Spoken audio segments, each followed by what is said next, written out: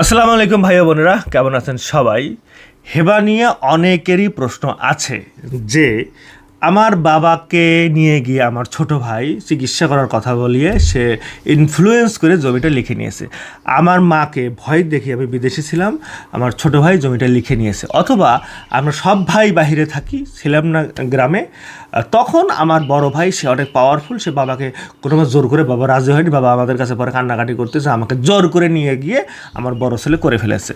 তো হেবা এক সিগনেচারে আপনাদের সমস্ত সম্পত্তি কিন্তু এক ভাই এক বোন লিখে নিতে পারে।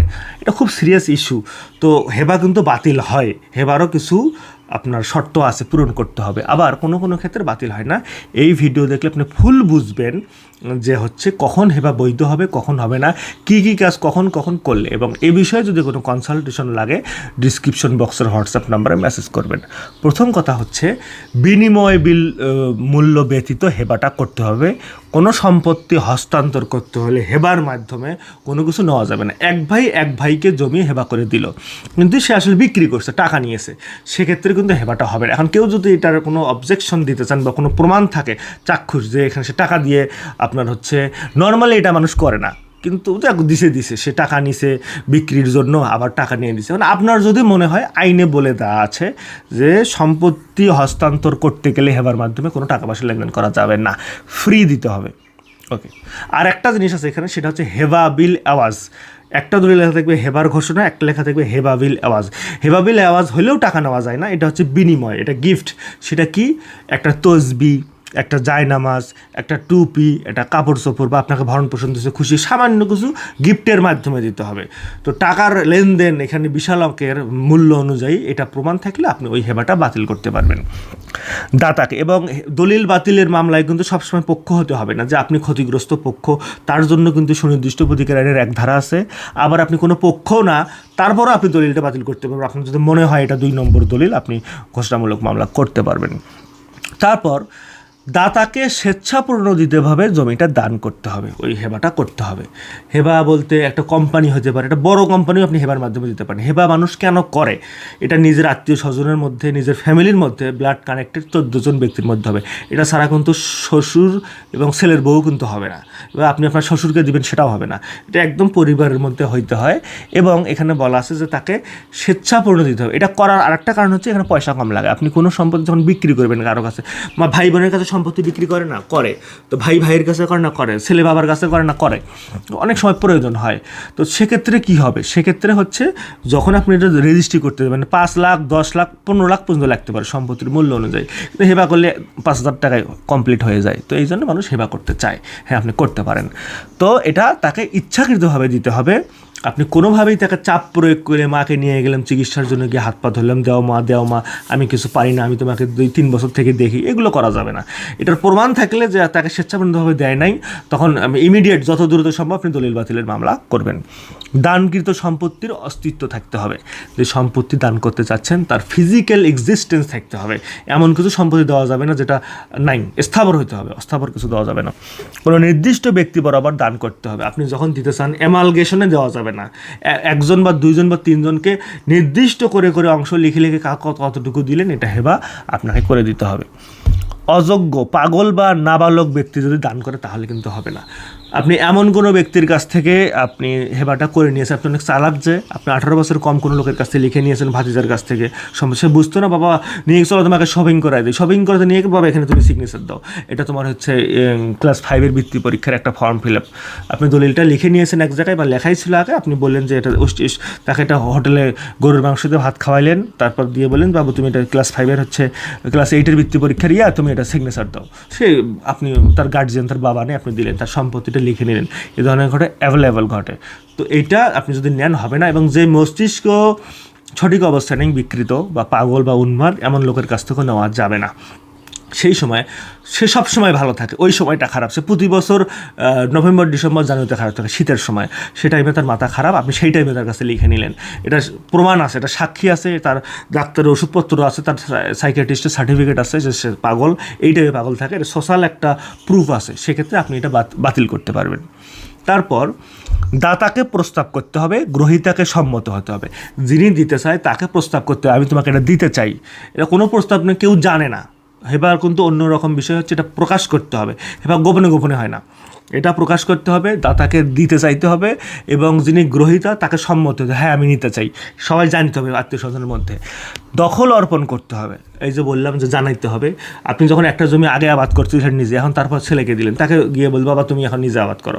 একটা সম্পত্তি আপনি আপনার দোকান ঘর করেন, আপনি দোকান করেন, তো পরবর্তীতে আপনি যখন হেবা করে দিলেন তারপর থেকে দোকানে ছেলেকে বসতে হবে, মাঝে মাঝে কিছু হলেও বসতে হবে, জানতে মানুষ যেন জানে এটা হেবা করেছেন। চুপি চুপি হেবা করা যাবে না, এটা অনেক শয়তানি আছে। কারণ যখনই আপনি একটা সম্পত্তি হেবা করে নিলেন, বড় ভাইটাই সবাই মিলে খেটে বাবার নামে সম্পত্তি করছে, বাড়ি করছে, বিদেশ থেকে 3 ভাই মিলে ছোট ভাই গিয়ে সেই পুরা 4 তলা বাড়ি নিজের নামে একাই হেবা করে নিছে। তো তারপর যখন 4 ভাই বিদেশ থেকে আসলো, যার ফ্ল্যাটে উঠবে, ছোটো ভাই বলতেছে get out from my house. কেন? আমি এটার মালিক, আব্বা আমাকে লিখে দিছে। দেন বড় 3 ভাই বলছে আমরাই তো 3 কোটি টাকা পাঠাইছে বাহির থেকে, তো এখন দলিলটা আব্বা আমাকে করে দিছে। তো ওইভাবে বললে হবে না, যখন আপনি হেবা নেবেন সঙ্গে সঙ্গে পরের দিন ঘরে ঢুকতে হবে, প্রকাশ করতে হবে, তখনই তো পাশ হয়ে যাবে। এবং তখন পাশ হলেই দলিল বাতিলের মামলা করা যাবে। বাকি 3 ভাই বাবাকে ধরে বলবেন যে চলেন মামলা করি, আপনার কাছে জোর করে লিখে, কীভাবে লিখে নিল? বলতে আমি বলতে পারি আমি ঘুমাইছিলাম, আমাকে এসে বললো আমি মানুষ তো বৃদ্ধ হয়ে গেলে অনেক সেন্স কমে যায়, কোনোভাবে সে এলোমেলো কোনো এক সময় সে বলছে বাবা এটা এই কাগজ তুমি এখানে একটা করো, সে সিগনেচার করে ফেলছে, পুরা দলিল সাজান ছিল, তো ধরেন 5 জায়গায় সিগনেচার করে ফেলছে, শেষ, টিপ দিয়ে ফেলছে, শেষ। এটা তো করা যাবে না। তারপর দানপত্র রেজিস্ট্রিকৃত হতে হবে। এই যে হেবা, এটা অবশ্যই সাব রেজিস্ট্রি কর্তৃক রেজিস্ট্রি করতে হবে। কোনো নোটারি পাবলিক বাড়ির মধ্যে 100 জন মিলে সাক্ষী নিয়ে একটা সার্টিফিকেট করলাম, অনেকের অনেক রকমের বুদ্ধি আমরা জানি, এটা করে ওটা করে, এগুলো করা যাবে না। রেজিস্ট্রিকৃত, সাব রেজিস্ট্রিকৃত হতে হবে। নোটারি করেন, 100 জন সাক্ষী থাক, বাড়ির লোক থাক, 2 পয়সারও দাম নেই। নাবালকের পক্ষে তার অভিভাবক হেবা গ্রহণ করতে পারে। আপনি যদি কোনো নাবালককে হেবা দিতে চান, তার অভিভাবক বরাবরে দিতে পারেন, যে তার অভিভাবক নাম তো ওনারই থাকবে, তার অভিভাবক ইনি এটা দেখাশোনা করবে যতদিন পর্যন্ত সে সাবালক হয়নি, অভিভাবক এটা দেখাশোনা করবে। তারপর বিনিময়ের মাধ্যমে হলে সেটা হেবা বিল আওয়াজ হবে। যদি আপনি ওই যে কিছু নিতে চান, সেক্ষেত্রে আপনি উপঢৌকন হিসেবে নামাজ, আপনার জায়নামাজ, তসবি, টুপি, কাপড় চোপড়, এটুকু সামান্য কিছু বিনিময়ে আপনি নিতে পারেন। বেশিরভাগ মানুষ এগুলো নিয়ে থাকে। তারপর কোনো ঘটনা বা সময়ের সাথে হেবা করা অবৈধ। আমার ছেলে যদি এসএসসিতে গোল্ডেন এ প্লাস পায়, তাহলে এই সম্পত্তিটা তার নামে হচ্ছে হেবা হয়ে যাবে, আমি হেবা লিখে দিলাম, এই ধরনের কোনো সিস্টেম করা যাবে না। আমার ছেলে যদি শেষ বয়সে গিয়ে আমাকে দেখে, তাহলে তার নামে এই সম্পত্তিটা হেবা হয়ে যাবে, এগুলো হেবাতে চলবে না। কোনো দলিল লেখক যদি বুদ্ধি দেয়, অনেক দলিল লেখক অনেক রকমের লেখা লিখে দেয়, সাব রেজিস্টার এত সময় নেই দেখার, সাব রেজিস্টার নেয়, এদিকে তো লাইন তো আছে একটা, যখন আপনি কোনো দলিল লেখককে টাকা দেন, সেখান থেকে দলিলের যে সমিতি আছে, লেখক সমিতি, সেখানে একটা চাঁদা দেয়, সাব রেজিস্টারের পিছন দিয়েও টাকা চলে যায়, তার কাছেও চলে যায়, এগুলো দেখে না, এরকম সিগনেচার করে দেয়।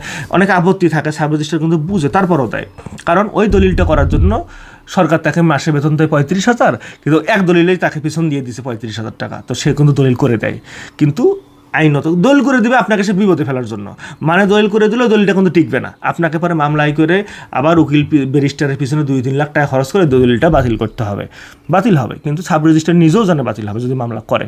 তো বেশিরভাগ মানুষ অ্যাকশনটা নেয় না, ভয় করে, আরে দূর গেছে, আবার এটার জন্য কে 2 বছর 3 বছর দৌড়াবে, কারণ এটা আবার দেওয়ানি আদালতে দৌড়ানো, এটা বিশাল চ্যালেঞ্জের ব্যাপার, সবাই দৌড়াতে চায় না, বেশিরভাগ লোকে আমি দেখি জমি ছেড়ে দেয়, বাবা দৌড়াবো না। তারপর মুসলিম টু মুসলিম হতে হবে। হেবা অবশ্যই মুসলিম থেকে মুসলিম হতে হবে, হিন্দুকে দিলে এটা অন্য জিনিস। ঋণ গ্রহীতার অনুকূলে হেবা করা বৈধ। কোনো ব্যক্তি যদি ঋণ থাকে 50 কোটি টাকা, তবুও আপনি তাকে হেবা দিতে পারেন, কোনো রকম কোনো সমস্যা নাই। মৃত্যু ব্যাধিগ্রস্ত ব্যক্তি কর্তৃক হেবা করা বৈধ নয়, তবে 1 দিন পর্যন্ত কার্যকর করা যাবে। কোনো ব্যক্তি মৃত্যু ব্যাধিগ্রস্ত, তাকে ইনফ্লুয়েন্স করার সুযোগ, তার মেন্টাল স্টেবিলিটি থাকে না, তার মেন্টাল সিকনেস থাকে, তো সেক্ষেত্রে আপনি তাকে বিভিন্নভাবে বুঝিয়ে টুজিয়ে, বা সে কিছুই বুঝে না, আপনি তার সিগনেচার, আপনি তার ছেলে বা আপনি তার ছেলের বউ, আপনি ভালো মতোই জানেন যে এটা তার সিগনেচারটা কীরকম, তারা সে একজন নাম করা লোক, সে সবসময় সারাদিনে সে সিগনেচার করে, সে একটা ইন্ডাস্ট্রিয়ালি সারাদিন সে সিগনেচার করে, তার সিগনেচার জানা, আপনি তার সুন্দর মতো তার হাতটা ধরে, সে ঘুমের মধ্যে আছে তন্দ্রাচ্ছন্ন ভাব, বাবা এটা দেন, বা আপনি একটা ড্রাগ কিছু খাওয়াইয়েছেন, হালকা সে ঘুমে আসক্ত, আফিম টাফিম কিছু খাইয়েছেন, তাকে দিয়ে এরকম করে একটা সিগনেচার করে নিলেন, বা তাকে বলেন বাবা বাবা এটা এই কাগজ, বিদ্যুৎ বিলের কাগজ বা এটা সেটা, আবার তুমি এটা সিগনেচার অন্য কিছু একটা বলে করে নিলেন, আবার টিপগুলো তার আঙুল ধরে ধরে টিপ দিয়ে দিলেন। তো এটা হচ্ছে ব্যতিগ্রস্ত ব্যক্তির কাছ থেকে নিলে সেটা বৈধ হবে না, কারণ ব্যতিগ্রস্ত ব্যক্তির কাছ থেকে হেবা নেওয়ার কারণটা কি, মরে গেলে তো সবাই পাবেন, নেওয়ার কারণ হচ্ছে বেশিরভাগ টার্মরাই নিচ্ছে, ভালো ভালোটা আমরাই নিচ্ছি, বাকিগুলো খারাপগুলো ওরা নেক বা পুরাটাই আমি নিয়ে নিচ্ছি, এটাই হচ্ছে শয়তানি।